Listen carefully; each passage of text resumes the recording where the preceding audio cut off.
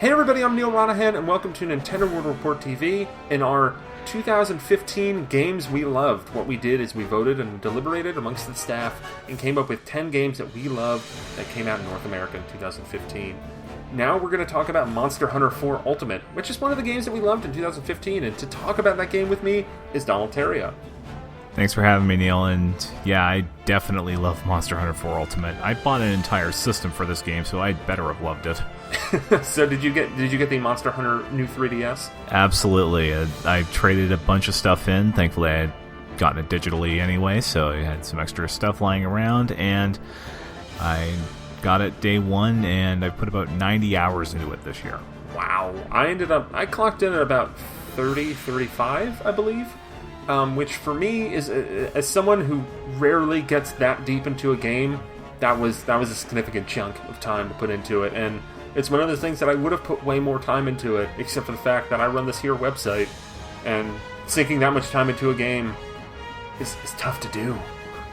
Yeah, I think this was the last major game that came out for me before I actually started writing for NWR, so I was kind of lucky there, but I think I spent most of my time with that honestly after the extra DLC started coming out, because they gave that game the full fire hose even before like Splatoon and Mario Maker had it.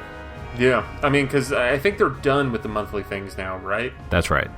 Yeah, but I mean, they had a good run, and it was all really compelling stuff. Like, I mean, you have all the Nintendo touches, and they added, new monsters to fight, new things to unlock, and really cool things to unlock too.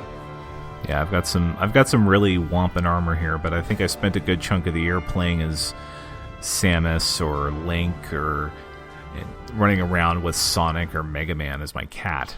Yeah, it's a hell of a thing. Yeah, I mean, for me, what made Monster Hunter 4 Ultimate so good is that it was the first Monster Hunter game that I think is noob-friendly in some kind of way. I think there's a triumph in the single player of this game, in that it actually does a very good job of teaching you about the game.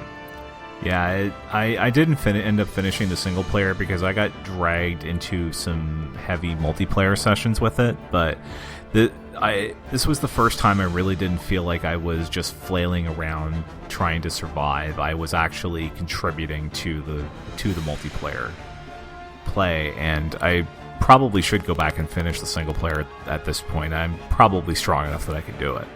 Yeah, I mean, the single player is pretty fantastic. I highly recommend going through it again. I mean, the writing's good. It's from our friends over at 8-4.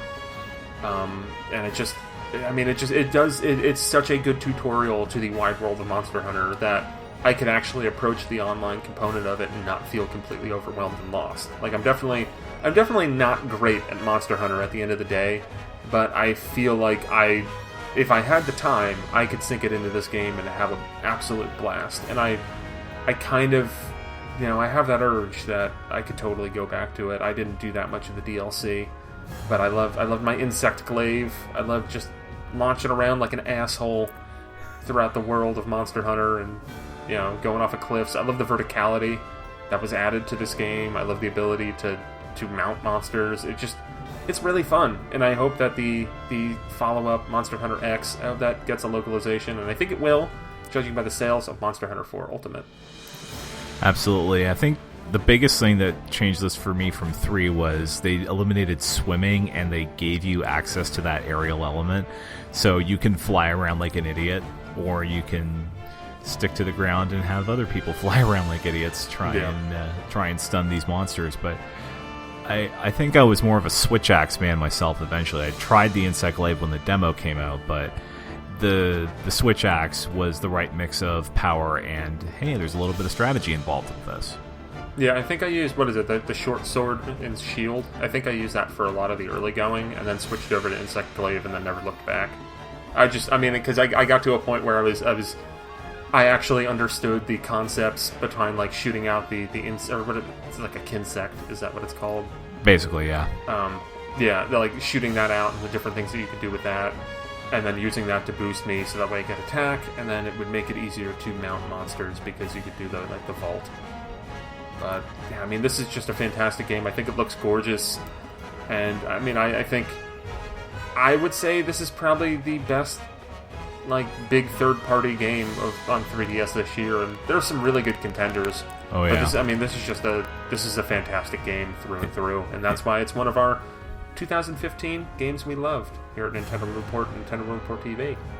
Yeah, and it's also the main reason to own a new 3DS. Honestly, just having. I think that the nubbin works fine. The nubbin works fine. Having easy access to the shoulder buttons in the right spot is great, and well, the game looks honestly way better on the new 3DS. They're really taking advantage of that thing's power. Yeah, definitely. And subscribe to Nintendo Report TV and listen to watch our other 9 videos about the 10 games we loved in 2015. Thank you. Bye.